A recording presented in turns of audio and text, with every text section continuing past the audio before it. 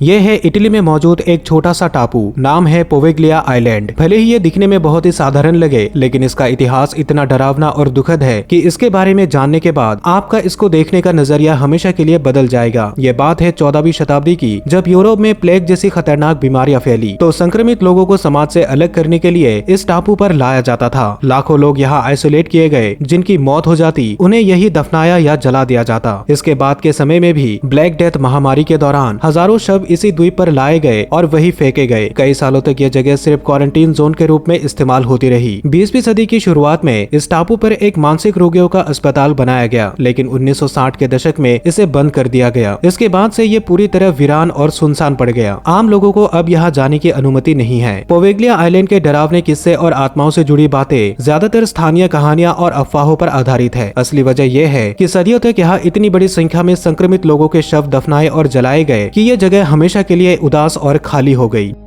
ज्वालामुखी का नाम सुनते ही अक्सर हमारे दिमाग में एक ऊंचा पहाड़ आता है जिसके मुंह से लाल लावा उबल रहा हो, लेकिन इंडोनेशिया का इजन क्रेटर इस सोच को पूरी तरह बदल देता है। यह दुनिया का शायद अकेला ऐसा ज्वालामुखी है जहां से लाल नहीं बल्कि नीली आग और लावा निकलते हैं। यह नजारा जितना खूबसूरत है उतना ही जानलेवा भी। इस नीली आग में एसिड और जहरीली गैसों की मात्रा बहुत ज्यादा होती है। इजन पर्वत के टॉप पर यह क्रेटर एक विशाल एसिड झील की तरह फैला है और यहाँ से लगातार जहरीली गैसें और नीली लपटें निकलती रहती है। वैज्ञानिक बताते हैं कि यहाँ मौजूद सल्फर के जलने से ये नीली आग बनती है, लेकिन इसका धुआं कुछ ही मिनटों में इंसान को बेहोश कर सकता है। 1999 में यह ज्वालामुखी फटा था, लेकिन अगली बार ये कब फटेगा ये कोई नहीं जानता। इसलिए यहाँ जाना किसी जुए की तरह है। इस जगह पर जाने के लिए स्पेशल परमिट, गाइड और गैस मास्क जरूरी है। बिना इन चीजों के पकड़े जाने पर जुर्माना या गिरफ्तारी हो सकती है।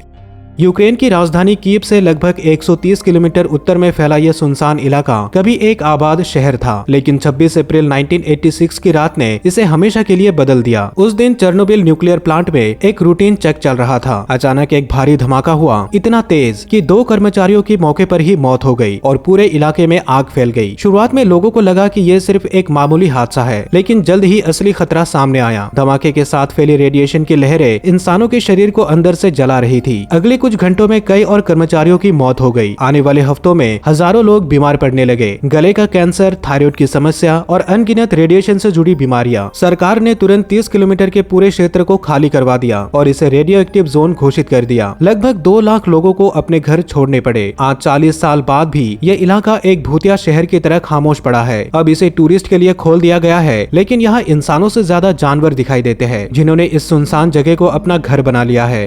तुर्की के प्राचीन शहर हेरोपोलिस में एक रहस्यमयी जगह है जिसे लोग सदियों से नरक का द्वार कहते आए हैं। नाम सुनते ही डर लगता है, लेकिन जब आप इसकी कहानियां सुनते हैं तो डर और भी गहरा हो जाता है। कहा जाता है कि इस मंदिर के पास जाना ही किसी भी जीव के लिए मौत को दावत देने जैसा है। प्राचीन काल में जो लोग यहाँ गए वो कभी वापस नहीं लौटे। यूनानी मिथकों में बताया गया कि ये जगह देवता प्लूटो की जहरीली सांसों से भरी है, जो किसी भी जीव की जान ले सकती है। सदियों तक लोग इसे एक अलौकिक श्राप मानते रहे, लेकिन आधुनिक विज्ञान ने इसका असली कारण बताया। इस मंदिर के नीचे से लगातार जहरीली गैस निकलती है। यह गैस अदृश्य होती है, इसकी कोई गंध नहीं होती और सिर्फ 30 मिनट में किसी इंसान या जानवर की जान ले सकती है। पुराने समय में यहाँ बलि चढ़ाने वाले पुजारी भी इस रहस्य को जानते थे। वे थोड़ी देर के लिए अपनी सांस रोककर अंदर जाते और बाहर आकर लोगों को यकीन दिलाते कि देवता ने उन्हें आशीर्वाद दिया है, जबकि असल में वे बस गैस की परतों से बचकर निकल आए होते थे। ये जगह आज भी बहुत खतरनाक है, इसलिए इसे संरक्षित किया गया है और बिना सुरक्षा के यहाँ जाना मना है।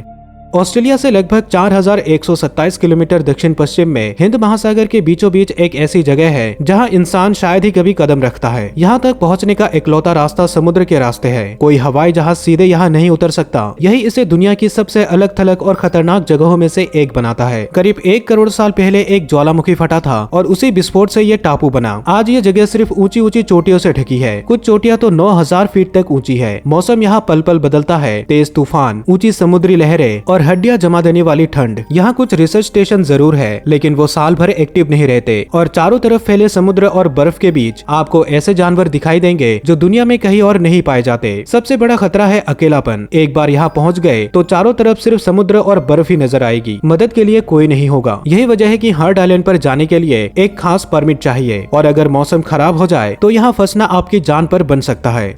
साल 1940 की बात है। फ्रांस के एक छोटे से गांव में 4 दोस्त अपने कुत्ते के साथ जंगल में घूम रहे थे। तभी उन्हें एक पेड़ के गिरने से बना अजीब सा छेद दिखाई दिया। जिज्ञासा में एक दोस्त ने उस छेद में पत्थर फेंका और कुछ ही सेकंड बाद नीचे से आई गहरी गूंज ने सबको चौंका दिया। उन्हें लगा कुछ बड़ा मिल सकता है, तो उन्होंने थोड़ी खुदाई की और जो सामने आया वो इतिहास की सबसे बड़ी खोजों में से एक बन गया। गुफा के अंदर की दीवारें रंग बिरंगे पेंटिंग से भरी हुई थी। शानदार बाइसन, घोड़े, हिरन और कुछ रहस्यमयी प्रतीक। बाद में वैज्ञानिकों ने बताया कि ये पेंटिंग्स लगभग 17,000 साल पुरानी है। सबसे अजीब बात ये थी कि इतने लंबे समय बाद भी इनके रंग लगभग वैसे ही थे जैसे बनाए गए थे। आज तक कोई नहीं जानता कि इन्हें किसने और क्यों बनाया, लेकिन जैसे जैसे यहाँ पर्यटकों की भीड़ बढ़ी, इन अनमोल पेंटिंग्स को नुकसान होने लगा। दीवारों पर फंगस उगने लगी और रंग धीरे धीरे फीके पड़ने लगे। आखिरकार फ्रांस सरकार ने इस गुफा को जनता के लिए बंद कर दिया ताकि यह महान विरासत आने वाली पीढ़ियों के लिए सुरक्षित रह सके।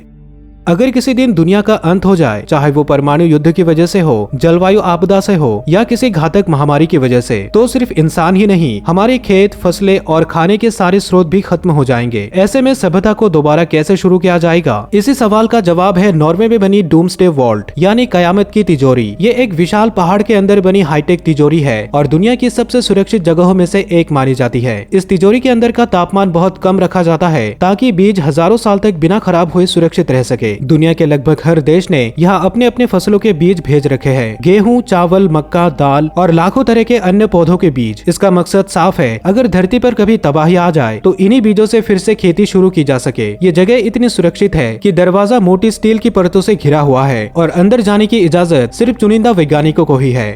इक्वाडोर के तट से लगभग 900 किलोमीटर दूर प्रशांत महासागर में फैला है गैलापागोस आइलैंड। इसका नाम पड़ा है यहाँ के विशालकाय गैलापागोस कछुए के नाम पर। यह कछुआ दुनिया का सबसे बड़ा कछुआ है जो 1 मीटर से भी लंबा और सैकड़ों किलो वजनी होता है। यही का एक कछुआ जिसका नाम डिएगो था, अपनी 100 साल की जिंदगी में करीब 800 बच्चों का पिता बनकर रिकॉर्ड बना गया। गैलापागोस की सबसे बड़ी खासियत है यहाँ की अनोखी वाइल्ड लाइफ। यहाँ ऐसे ऐसे समुद्री और जमीनी जीव मिलते हैं जो दुनिया में कहीं और नहीं पाए जाते। और हैरानी की बात यह है कि इनमें से कई का आकार बाकी जगहों की तुलना में काफी बड़ा होता है। पहले मछुआरे और शिकारी यहाँ आसानी से आते थे, इस वजह से कई जानवरों की प्रजातियां लगभग खत्म हो गई। जब हालात बहुत खराब हो गए तो इक्वाडोर सरकार ने इस क्षेत्र को बचाने के लिए यहाँ इंसानों के प्रवेश पर पाबंदी लगा दी। फिर भी कुछ लोग चोरी छिपे यहाँ पहुँचने की कोशिश करते हैं, खास तौर पर दुर्लभ प्रजातियों का शिकार करने के लिए, लेकिन अगर पकड़े गए तो सख्त सजा तय है। दुनिया के ज्यादातर द्वीप लाखों साल पुराने होते हैं, लेकिन आइसलैंड का सर्टेसी आइलैंड बाकी सबसे बिल्कुल अलग है, क्योंकि इसे पैदा हुए अभी कुछ ही दशक हुए हैं। 14 नवंबर 1963 की सुबह कुछ मछुआरे समुद्र में मछली पकड़ रहे थे। तब उन्होंने एक अजीब नजारा देखा। समुद्र की सतह से धुआं और राख उठ रही थी। पानी के अंदर से लावा उगलता ज्वालामुखी बाहर निकल रहा था। अगले 4 साल तक यानी 1967 तक लावा लगातार बहता रहा। धीरे धीरे पानी के बीच एक नया द्वीप आकार लेने लगा। जब ज्वालामुखी शांत हुआ तो वहाँ मौजूद था एक काला ज्वालामुखी पत्थरों से बना सुनसान टुकड़ा। वैज्ञानिकों के लिए ये किसी टाइम मशीन जैसा मौका था। अब वे देख सकते थे कि एक नया द्वीप कैसे विकसित होता है, उस पर जीवन की शुरुआत कैसे होती है और प्रकृति इसे धीरे धीरे कैसे बदलती है। इसी वजह से आम लोगों का यहाँ जाना पूरी तरह से बैन है। सिर्फ वैज्ञानिकों को, वो भी सीमित समय के लिए, रिसर्च की परमिशन मिलती है। सर्टेसी आज भी प्रकृति की उस अद्भुत ताकत का सबूत है जो कुछ ही पलों में धरती का नक्शा बदल सकती है। जापान में प्राकृतिक आपदाएं आम हैं और उनमें से मियाकीजिमा द्वीप सबसे खतरनाक जगहों में से एक माना जाता है। ये द्वीप दिखने में जितना सुंदर लगता है उतना ही खतरनाक भी है। यहाँ एक सक्रिय ज्वालामुखी है, माउंट ओयामा, जो अक्सर फटता रहता है। जब यह फटता है तो हवा में जहरीली गैस फैल जाती है। इन गैसों में सबसे खतरनाक है सल्फर डाइऑक्साइड। यह गैस सांस लेने पर फेफड़ों को गंभीर नुकसान पहुँचा सकती है। कभी कभी गैस का स्तर इतना बढ़ जाता है कि पूरे द्वीप पर लोगों को मास्क पहनना पड़ता है। साल 2000 में यहाँ एक बड़ा विस्फोट हुआ था। उस समय पूरे द्वीप को खाली करवा दिया गया। वो लोग तभी लौट पाए जब कई साल बाद खतरा कुछ कम हुआ। आज भी यहाँ रहने वाले लोग हमेशा एक गैस मास्क अपने साथ रखते हैं ताकि अगर अचानक खतरा हो तो वो खुद को बचा सके। टूरिस्ट के लिए सख्त नियम है। बिना इजाजत और सुरक्षा के यहाँ आने पर पाबंदी है। ये जगह जितनी खूबसूरत है उतनी ही खतरनाक भी है। फ्रांस का जोन रूज यानी रेड जोन दुनिया के उन इलाकों में से एक है जहां कदम रखना सच में मौत के साथ खेलना है। पहले विश्व युद्ध के दौरान यहाँ इतनी भीषण लड़ाई हुई कि जमीन, पानी और हवा सब जहरीले हो गए। गोलियों और तोपों के अलावा यहाँ भारी मात्रा में विस्फोटक और केमिकल हथियार भी इस्तेमाल हुए। इन हथियारों के जहर ने मिट्टी और पानी में आर्सेनिक और दूसरे खतरनाक केमिकल्स मिला दिए। 100 से ज्यादा साल बाद भी यहाँ की जमीन अब भी इन जहरों से भरी है। लेकिन खतरा सिर्फ यही नहीं है। इस इलाके में आज भी हजारों बिना ब्लास्ट हुए बम दबे हुए हैं जो कभी भी फट सकते हैं। सरकार ने इस पूरे इलाके को बंद कर दिया। यहाँ कोई खेती नहीं, कोई घर नहीं, कोई फैक्ट्री नहीं, सिर्फ वीरान मैदान और खामोशी है, जिसके नीचे छुपी है युद्ध की भयानक विरासत। ये जगह न केवल इतिहास की याद दिलाती है, बल्कि ये भी दिखाती है कि युद्ध का असर कई पीढ़ियों तक रह सकता है। दोस्तों, अगर आपने इस वीडियो को यहाँ तक देखा है तो मुझे पूरा यकीन है कि आपको ये वीडियो भी काफी पसंद आएगी। तो जल्दी से क्लिक करके इस वीडियो को भी जरूर देखें। साथ ही इस वीडियो को एक लाइक करें और चैनल को सब्सक्राइब करें। मैं मिलता हूँ आपसे अगली वीडियो में।